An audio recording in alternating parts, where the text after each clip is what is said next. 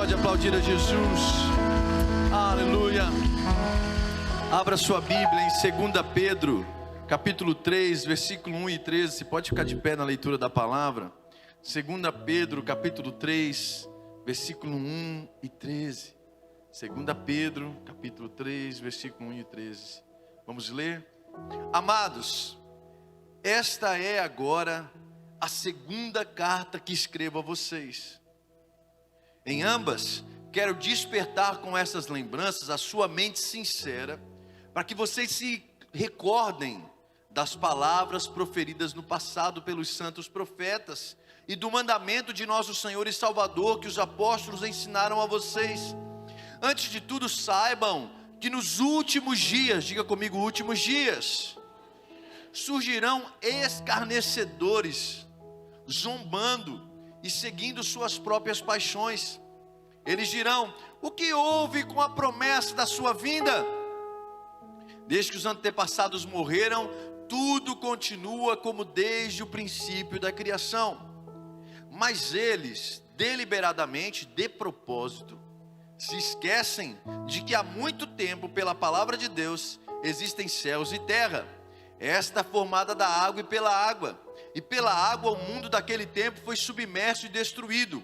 Pela mesma palavra, os céus e a terra que agora existem estão reservados para o fogo, guardados para o dia do juízo e para a destruição dos ímpios. Não se esqueçam disto, amados. Para o Senhor, um dia é como 1000 anos, e 1000 anos como um dia. O Senhor não demora em cumprir a sua promessa, como julgam alguns. Ao contrário, Ele é paciente com vocês, não querendo que ninguém pereça, mas que todos cheguem ao arrependimento. O dia do Senhor, porém, virá como um ladrão. Os céus desaparecerão como um grande estrondo. Os elementos serão desfeitos pelo calor, e a terra e tudo que nela há será desnudada. Visto que tudo será assim desfeito, que tipo de pessoas é necessário que vocês sejam?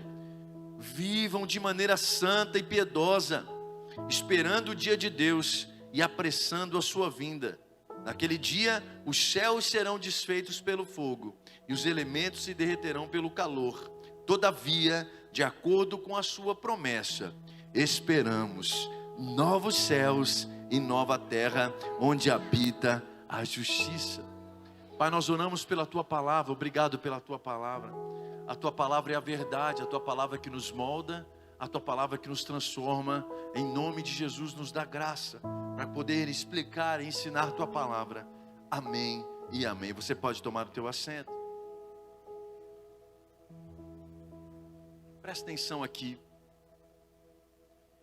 Essa é a segunda epístola que Pedro escreve, segunda carta que Pedro escreve à igreja. A primeira carta, Pedro escreve porque a igreja é como se fosse aqui, nós, está sofrendo muita perseguição. Meu irmão, cristão morrendo, cristãos apanhando, cristãos, pensa na dificuldade que estava na igreja. Pedro escreve à igreja dizendo: irmãos, fortaleçam no Senhor, irmãos, se fortaleçam, não desanimem, porque a esperança de vocês está próxima. Porém, a segunda vez que Pedro escreve essa carta, ele está falando de outro inimigo. Agora, o inimigo que não vem de fora, mas vem de dentro. São os falsos ensinos, aqueles que procuram dividir a igreja, dividir o Senhor, lançar sementes que, ao invés de nos fortalecer em Jesus, tiram a fé da igreja, desanimam a igreja. Pedro, ele ressalta duas situações muito importantes. Primeira, a maioria dos homens precisa ser mais lembrado do que informado. Nós precisamos muito mais ser lembrados de algumas verdades. Quem sabe o que eu vou falar aqui nessa noite não é novidade para ninguém. Mas, meus irmãos, na era da informação que vivemos, deixa eu falar uma coisa para você. Muitas vezes nós precisamos nos lembrar de verdades que esquecemos. Nos lembrar de princípios que perdemos. nos lembrar de verdades que passaram despercebidas. E o segundo, a coisa que Pedro vai enfatizar, é que existem guerras que vêm de fora, mas existem guerras que vêm de dentro, que vêm da nossa casa, que vêm do nosso círculo íntimo, que vêm dentro da igreja, dos irmãos, dentro da igreja, guerras que vêm para dividir, que vêm para atrapalhar, que vêm para tirar nosso foco. Pessoas que nós confiamos, e às vezes o quê? A guerra vem dali, quando não esperamos. E dentro desse parâmetro, Pedro vai nos ensinar alguns princípios. E o primeiro princípio que Pedro ensina no versículo 1 é: se Pedro escreve a carta para lembrar, significa que a igreja pode esquecer. Se Pedro está escrevendo uma carta para lembrar, significa, irmãos, que a gente pode esquecer de algumas coisas dentro da igreja. Por exemplo, você está tão acostumado com esse ambiente de entrar aqui, de servir na igreja, de cantar no louvor, de fazer tantas coisas, que você acaba esquecendo de falar com o Espírito Santo, esquecendo que quando você entra por aquela porta, você não está indo no show, numa palestra, esquecendo que quando você entra por aquela porta, você quer falar com Deus, e Deus quer falar com você, você quer ouvir a voz de Deus, e às vezes a voz de Deus pode vir num detalhe no culto, se a gente não prestar atenção. Irmãos, nós estamos envolvidos nas atividades da igreja, no ministério, e envolvidos em confusões, em fofoca, em distensões, envolvido em situações que nós sabemos que é errado, e o Espírito Santo precisa lembrar e falar: filho, tira isso do teu coração. Às vezes os nossos olhos na internet, às vezes nossos olhos em tantas outras coisas, estão vendo aquilo que nós sabemos que não é bom. Estamos conversando com pessoas que sabemos que não é bom, estamos ouvindo pessoas que sabemos que não é produtivo. E nós precisamos relembrar verdades, relembrar e guardar o nosso coração. Não. Isso eu não vou aceitar. Eu vou dar um testemunho para vocês aqui de uma situação. Eu estava uma vez almoçando na verdade não foi almoçando, foi aqui na igreja. Tinha um café aqui na igreja e a gente estava comendo ali. E tinha um irmão muito próximo de mim. Só que eu não vou falar o comentário. Ele fez um comentário que, como eu estava ouvindo aquele comentário, eu falei: meu irmão, deixa eu te falar uma coisa. Agora você me deixou em maus lençóis, porque eu ouvi esse comentário, então eu sou obrigado a te corrigir. Procura fulano e trata direto com fulano. Sabe por quê? Porque você falando aqui para mim, você pode depois falar: não, mas eu falei e o pastor Diego estava presente e ele concordou. Na verdade eu nem concordei, eu só ouvi. Mas essas situações nos limitam e nos fazem a gente perder a bênção, gente. A gente perder o nosso coração. Quem está entendendo diz amém aí no seu lugar. Às vezes, irmãos, você está falando, você é casado, você está começando a ouvir coisas a respeito da tua esposa, do teu esposo, ou você está começando a pensar coisas, e você não vai resolvendo aquilo. Quando vê, você está com uma raiz de amargura dentro de você. Quem aqui nessa noite acredita que a raiz de amargura é de Deus? Levanta a mão. Viu? Ninguém precisa aqui ser informado disso. Todo mundo já sabe que a raiz de amargura fecha os céus, trava as orações. Agora a gente precisa ser lembrado. A palavra que o apóstolo Pedro vai dizer é despertar. Eu quero despertar as lembranças. Despertar não é criar algo novo. Algo novo. Não, despertar é tornar a da vida aquilo que estava morto. É como se a igreja estava se apagando, e o apóstolo Pedro vai dizer assim: lembra, desperta a lembrança. Desperta a lembrança quando você chegou no início da igreja. Desperta a lembrança quando você estava aqui e você se enchia do Espírito Santo. Você não olhava nem para a direita nem para a esquerda. Você era feliz fazendo, a tua casa era feliz fazendo, levando o evangelho. Coisas do diabo começaram começaram a te parar, coisas do diabo começaram a entrar no teu coração, e quando vê, você perde aquela alegria de estar aqui dentro. Deus me trouxe nessa noite para dizer para você: ei, desperta as lembranças, desperta as lembranças. Quem sabe você está com uma mágoa de alguém, quem sabe você está com alguma situação de alguém, e o teu coração está fechado para aquela pessoa, mas você teve uma bela amizade com aquela pessoa, você já teve um bom relacionamento. Ei, desperta as lembranças, as boas lembranças. Perdoa, perdoa. Não significa que perdão você vai voltar a ter a mesma coisa, mas libera, libera.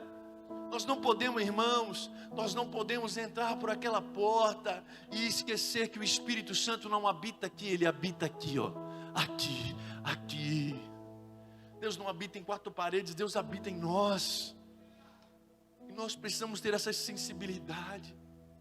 Às vezes eu vejo pessoas que não são cristãs tendo uma sensibilidade com o coração maior do que os cristãos. O apóstolo Paulo vai dizer: as más conversações corrompem os bons costumes, corrompem os bons hábitos. Você quer, pastor, me dá um conselho. Deixa eu falar uma coisa para você. Não empreste o teu ouvido, não empreste a tua boca para falar coisas que não edificam. Não empresta, não. Sabe por quê? Porque isso vai contaminar o teu coração. Que nós possamos fazer como Pedro. Nós não podemos viver tão focados, irmãos, tão focados nas coisas cotidianas e esquecer que um dia Jesus vai voltar. E essas coisas podem nos roubar de quando Ele voltar, subirmos com Ele aos céus.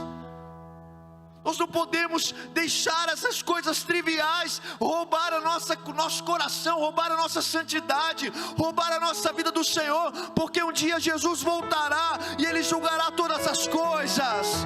Quem está comigo diz amém aqui nessa noite. O versículo 2,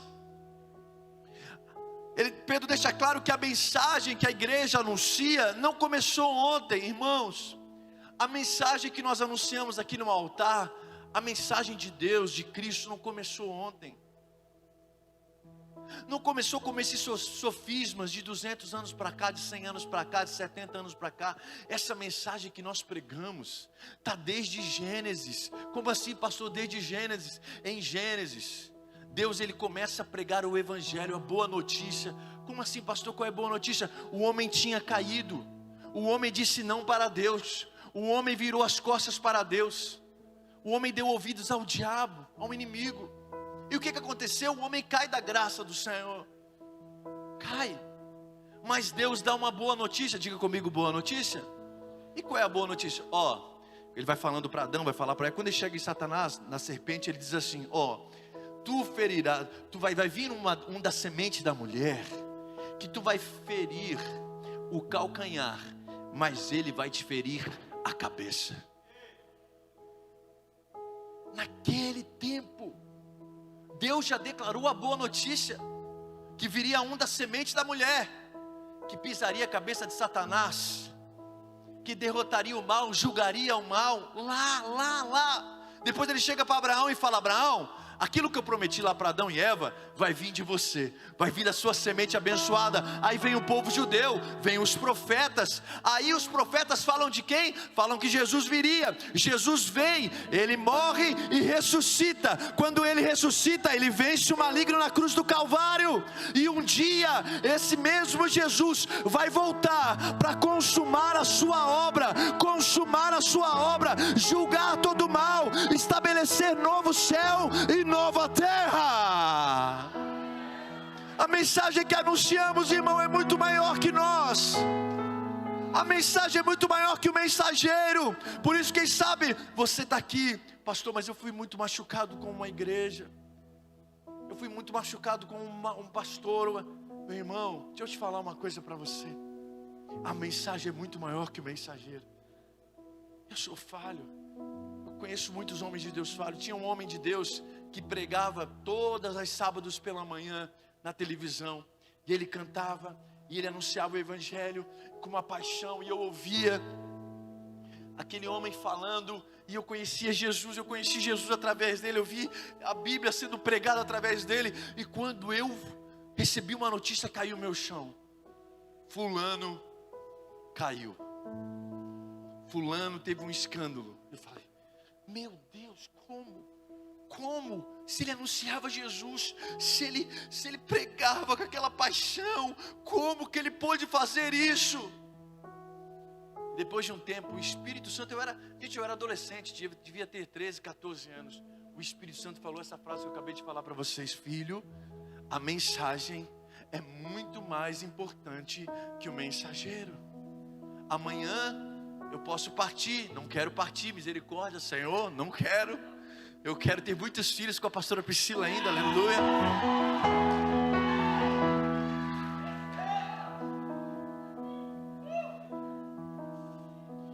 Mas se eu partir amanhã, a mensagem vai continuar a ser pregada. Se eu ficar doente aqui e não puder mais pregar, Deus vai levantar esses jovens, Deus vai levantar jovens para anunciar essa palavra, porque a palavra é mais importante, a palavra é mais importante. Essa mensagem não começou ontem, essa mensagem começou lá no início, lá no jardim do Éden. Essa mensagem é a mensagem mais poderosa que o homem já ouviu. Por isso, irmão, se você está aqui e você ouve o Evangelho, você é um bem-aventurado.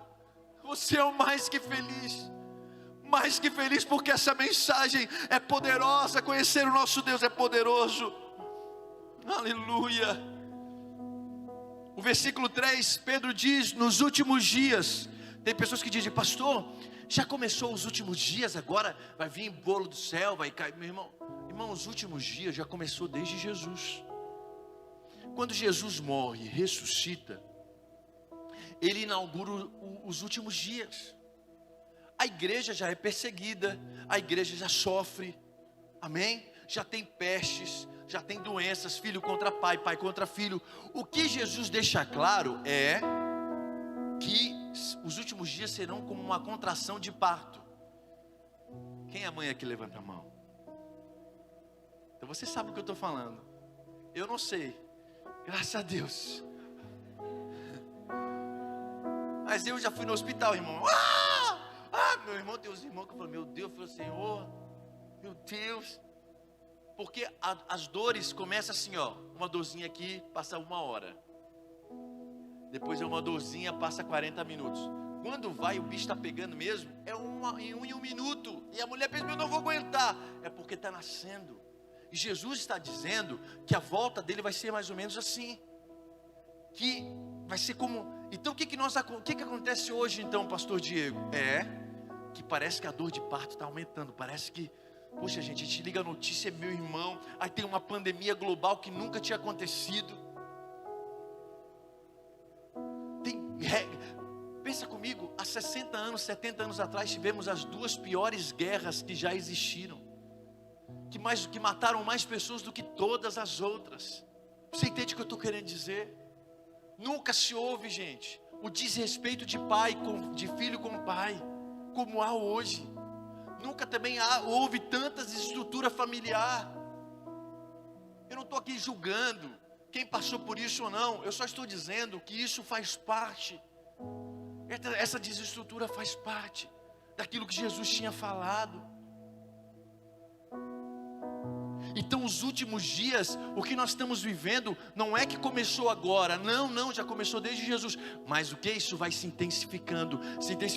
E qual é a prova disso? No final dos tempos, o amor de muitos esfriaria. No final dos tempos, o amor de muitos esfriaria. Pessoas que têm mais prazer em dividir do que somar, em conciliar. Eu oro para que Deus levante na igreja pessoas que sabem conciliar. Não, irmão, calma aí, vem para cá, conversa com fulano. Irmãos, não vamos dividir, não.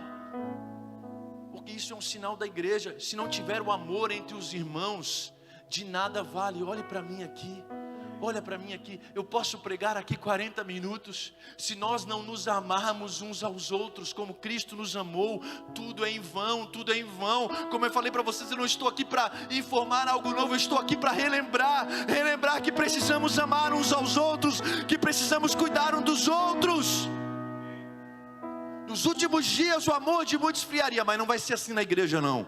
Na igreja da Palhoça não vai ser assim. Nos últimos dias, pode ter perseguição lá, pode ter perseguição aqui, mas nós não vamos deixar faltar nada um para o outro. Nós vamos cuidar um do outro, nós vamos olhar um para o outro.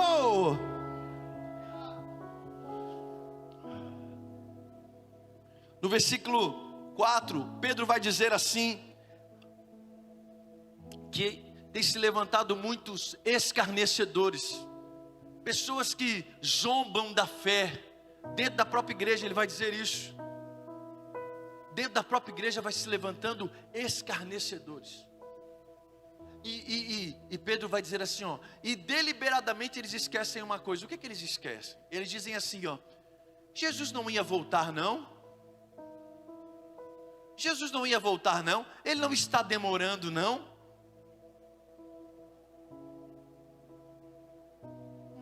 Acontece a mesma coisa hoje, gente. As pessoas olham para a gente e falam, Jesus não ia voltar não? Deixa eu falar uma coisa para vocês aqui.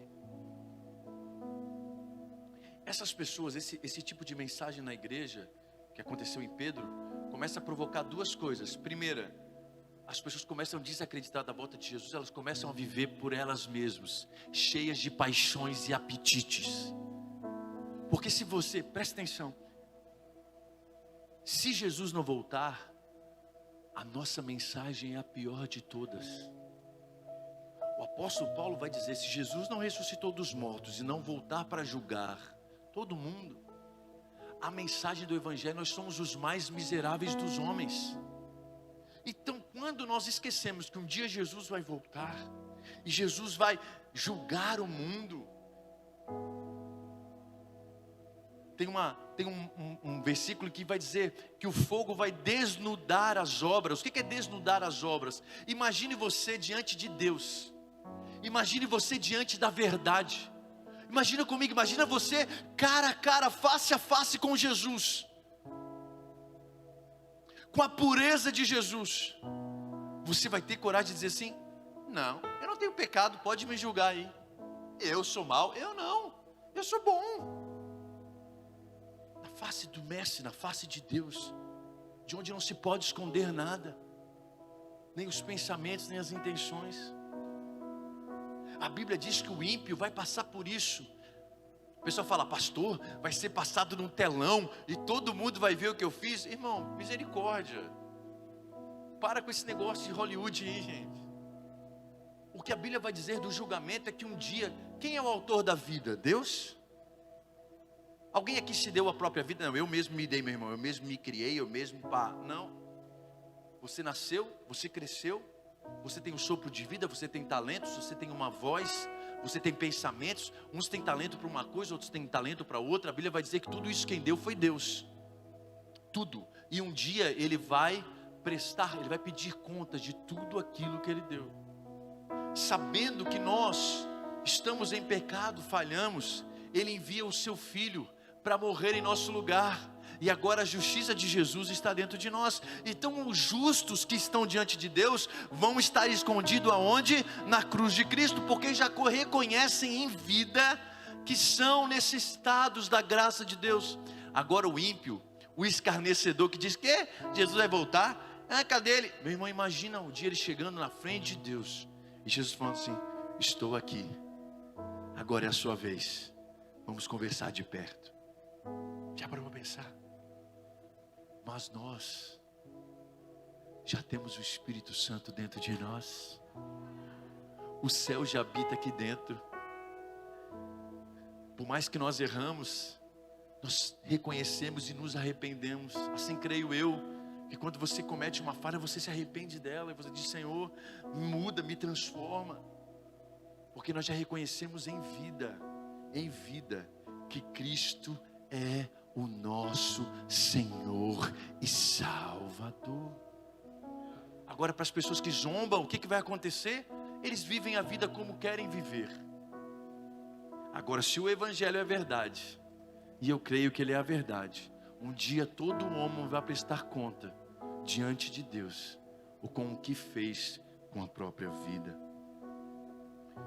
Assim como a igreja foi afetada pela zombaria dos não cristãos, nós também podemos nos acovardar e nos deixar afetar pela incredulidade dos ímpios. Assim como a igreja lá, Pedro, eles começam a ser afetados, eles foram afetados pela zombaria, assim nós também podemos ser afetados pela zombaria. Por isso que nós, como cristãos, precisamos nos posicionar, jovens, homens, mulheres. Nós precisamos nos posicionar e pregar o evangelho, a verdade que liberta, a verdade que transforma, o amor de Deus que nos libertou, que nos transformou. É nesse amor que precisamos nos posicionar. No versículo 8, Pedro vai dizer assim: não se esqueçam disso, amados. Presta atenção, Pedro está falando uma coisa grave acontecendo na igreja. Mas olha o termo que ele usa: amados. Pedro está sendo franco diante de uma coisa, mas Pedro usa amados. Não esqueçam disso, amados. Tem uma versão que diz: não esqueçam disso, amigos. Pedro está corrigindo, está falando algo sério. Nem parece o mesmo Pedro, não é verdade? Imagina o Pedro que cortava a orelha, meu irmão. Matava todo mundo, aqui, vem na minha agora. Vai tomar um Hadouken, vai tomar. Pedro nervoso, sanguíneo. Eu olhei e falei assim: meu Deus. Pensei que Pedro ia brigar: a igreja, vocês vão ver. Não, ele fala: amados, não se esqueçam disso. Amados, não se... Sabe o que aconteceu com Pedro? Ele já morreu para o velho Pedro, agora é o Espírito Santo que vive em Pedro. Então aquela personalidade de Pedro, aquela irritabilidade de Pedro, aquele jeito egoísta de Pedro, aquele jeito presunçoso de Pedro foi transformado pelo Espírito Santo. E é a mesma coisa que o Espírito Santo faz comigo, é a mesma coisa que o Espírito Santo faz com você. Nós éramos de um jeito e o Espírito Santo vai nos moldando, o Espírito Santo vai nos transformando. Meu Deus! Mas vem uma pergunta, abra a Bíblia em Romanos 12, 9 e 10. Romanos 12, 9 e 10.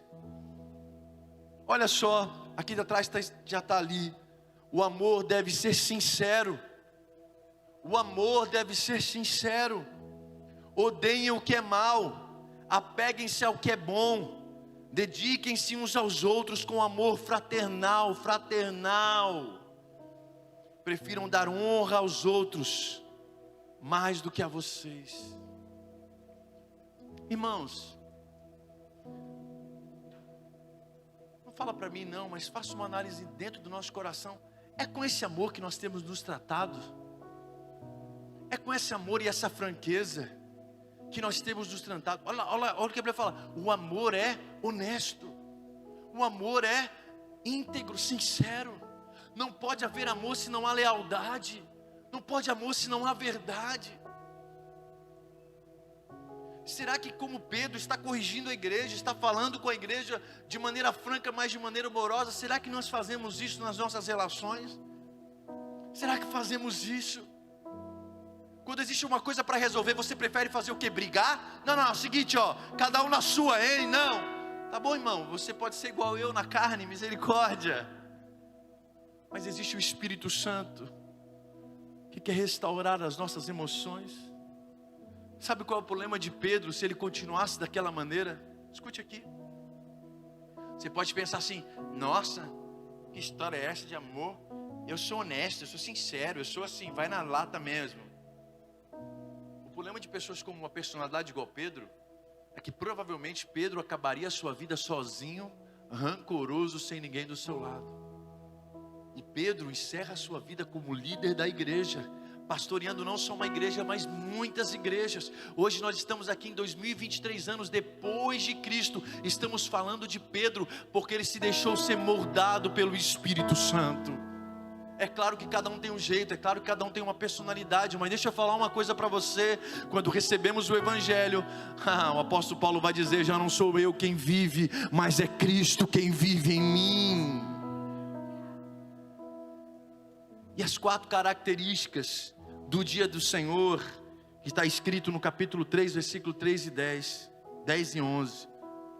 4 características que vai ser como que Jesus, como é que vai ser o dia do Senhor? Como é que vai ser essa volta de Jesus? Como é que vai ser esse momento? Presta atenção. Como um ladrão. Alguém aqui já esperou um ladrão? Fala para mim aí. Ih, cara, eu acho que o ladrão vem hoje aqui na minha casa. A gente ia se precaver. Não, eu acho que vai ser hoje que o ladrão vai entrar e vai... A gente ia fazer o quê? Ô, meu irmão, fecha a porta aí, tranca tudo. Se Jesus diz que o dia do Senhor virá como um ladrão, irmão, significa que vai pegar muita gente desprevenida. Meu Deus, vem agora. Não é eu que estou falando isso, é a Bíblia. Queria eu que fosse diferente, mas é assim. O ladrão, os salvos não. Os salvos esperam. Eu espero todo dia, gente. Todo dia. A minha vida não é mais aqui nesse mundo. Aqui eu vivo, eu amo, eu sirvo como eu posso, mas a minha esperança e a minha vida está na eternidade. Segunda coisa, que o dia do Senhor, a característica do dia do Senhor, as obras que foram feitas na terra serão desnudadas. Como eu falei para você, muitos teólogos encaram esse fato de o fogo passar pela terra. É o que? É as obras de todo mundo ser desnudado. O que é desnudado? Ficar nu. Diante do Senhor. Meu irmão, Ele sabe tudo. Ele vê tudo. Ele conhece tudo. E agora, qual vai ser a justificativa? E você vai ouvir, naquele dia, na Palhoça, no dia das mães de 2023, você ouviu a minha voz. Você ouviu que eu voltaria. Você ouviu que eu te amo. Você viu que eu estava te chamando a uma mudança. Você viu que eu não queria te deixar como você estava, com esse monte de coisa dentro de você. Que você é minha filha, que você é meu filho, que eu tenho um plano para a tua história, que eu quero entrar e te fazer de novo. Te fazer de novo. Você ouviu essa verdade? Desnudar fala disso. Diante do Senhor não vai haver justificativas. Não porque somos perfeitos, irmãos. É justamente ao contrário, é porque somos imperfeitos. Por isso que a igreja não pode olhar de cima para baixo para ninguém. A igreja olha de lado para lado e fala assim: meu irmão, vamos caminhar juntos. Jesus, e como é que tu tá? Tu tá bem? E hoje foi um dia difícil. E hoje meu irmão, eu lá no trabalho eu xinguei todo mundo. Misericórdia, irmão. Mas vou orar por você, vamos lá, amanhã tu vai conseguir. A igreja é assim. Eu não aceito o erro, eu falo, tu sabe, né? Tu sabe que essa boquinha não foi de Deus, né? Aquela palavra, tu sabe, tu sente aqui, a tua alma sente. Mas deixa eu falar uma coisa para você: a graça de Jesus está sobre nós. Amanhã as misericórdias do Senhor se renovarão. Vai lá, faz diferente. Esse é o Evangelho, gente. O Evangelho não é esse aqui não. Meu Deus, que exemplo de crente tu vai dar lá? Filho do inimigo. O Evangelho não é isso. O Evangelho é: você caiu? Então olha aqui, ó. Eu sou a mão de Jesus para te levantar. Vamos junto, vamos caminhar. Vamos junto, vamos caminhar. Vamos junto, vamos caminhar.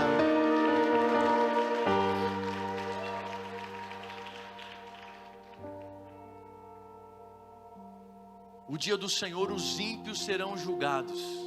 Os ímpios e o mal. Satanás será julgado por completo. E a Bíblia diz que ele será lançado no lago de fogo, que é a segunda morte. Os ímpios também serão julgados porque preferiram mais as trevas do que a luz. Jesus diz isso. Agora nós que reconhecemos que somos pecadores, dependentes da graça dele, esse dia do Senhor será um dia de alegria. Um dia, valeu a pena, Senhor, eu sabia. Hoje, agora os meus olhos te veem. Você pode se colocar de pé. Aleluia. Quantos aqui esperam ansiosamente por novos céus e nova terra? A volta de Cristo é o julgamento para o ímpio e o triunfo para o reino de Deus. A volta de Cristo é um julgamento, é um dia terrível para o ímpio, mas para aquele que serve a Deus é um dia de alegria. Abra sua Bíblia em Apocalipse, capítulo 21, do 1 ao 4. Então vi novos céus e nova terra, pois o primeiro céu e a primeira terra tinham passado, e o mar já não existia.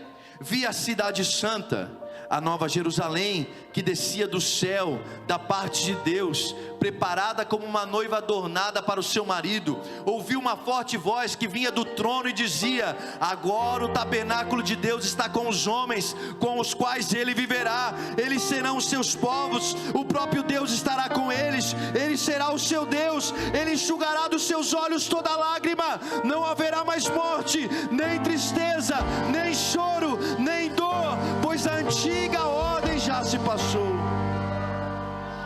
Isaías capítulo 11, versículo 1 ao 10. Você pode ler aqui comigo, mas leia. Um ramo surgirá do tronco de Jessé, está falando de Jesus, e das suas raízes brotará um renovo. O Espírito do Senhor repousará sobre eles, o Espírito que dá sabedoria e entendimento, o Espírito que traz conselho e poder, o Espírito que dá conhecimento e do Senhor. Ele se inspirará no temor do Senhor, não julgará pela aparência, nem decidirá com base no que ouviu, mas com retidão julgará os necessitados, com justiça tomará decisões em favor dos pobres, com suas palavras como se fosse um cajado. Agora presta atenção, por favor, presta atenção. Ferirá a terra, com o sopro de sua boca matará os ímpios. A retidão será a faixa do seu peito, a fidelidade do seu cinturão. Olha agora, o lobo viverá com o cordeiro, o leopardo se deitará com o bode, o bezerro, o leão e o novilho gordo pastarão juntos, e uma criança os guiará. Você já imaginou isso? Uma criança pegando na juba do leão? Vamos passear, leão. Mas os novos céus e nova terra, essa será a realidade onde Jesus reina. Essa é a realidade onde Jesus reina.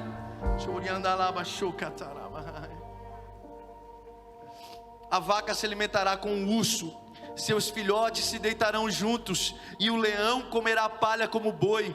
A criancinha brincará perto do esconderijo da cobra. A criança colocará a mão no ninho da víbora. Ninguém fará mal nenhum, nem destruirá coisa alguma em todo o meu santo monte, pois a terra se encherá do conhecimento do Senhor, como as águas cobrem o mar. Naquele dia as nações buscarão a raiz de Jessé, que será como uma bandeira para os povos, e o seu lugar de descanso será glorioso. Isso é o que está preparado para mim, para você, igreja do Senhor. Eu sei que muitas vezes é difícil ser cristão. Eu sei que muitas vezes é difícil liberar perdão. Eu sei que muitas vezes é difícil amar. Eu sei que muitas vezes é difícil cuidar de pessoas, ter um pequeno grupo, discipular. Eu sei que é muitas vezes difícil se dedicar, mas vai valer a pena, vai valer a pena, vai valer a pena, vai valer a pena. E essa tarde eu estava dormindo, e eu acordei com um poema, uma prosa poética no meu coração. Eu quero compartilhar com você para nós orarmos. Amém?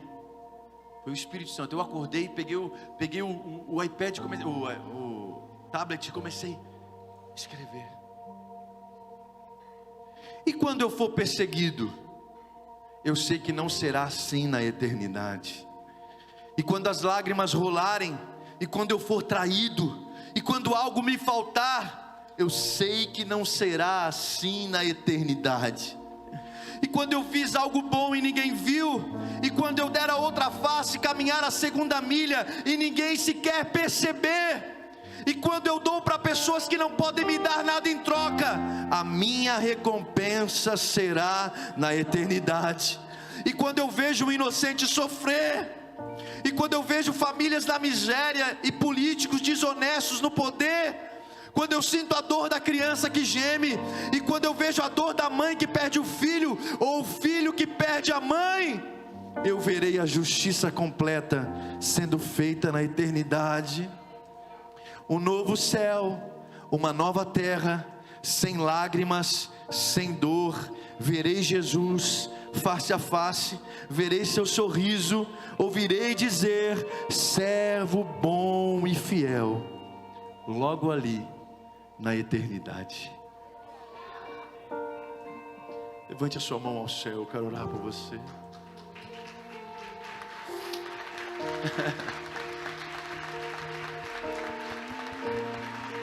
Se você pautar a sua vida por essa terra aqui, você não é um cristão. Um cristão pauta a sua vida por onde ele vai passar a eternidade. Essa é a loucura do Evangelho. Nós vivemos aqui como uma semente para o futuro. É lá, é logo ali que a recompensa vai vir. É logo ali onde veremos Jesus. Eu quero que você seja abençoado, é claro, mas se o dinheiro te tirar de Deus, eu quero que Deus te tire o dinheiro. Eu quero que você tenha relacionamentos saudáveis, eu quero. Mas se os relacionamentos te tirarem de Deus, eu quero que Deus tire os teus relacionamentos. Sabe por quê? Porque a alegria do pastor vai ser olhar e ver: meu Deus, o meu rebanho está comigo no céu, o meu rebanho está comigo ali. Passamos as dificuldades, passamos as adversidades, mas valeu a pena, valeu a pena, valeu a pena, valeu a pena, valeu a pena, valeu a pena, valeu a pena. Você pode levantar as suas mãos ao Senhor.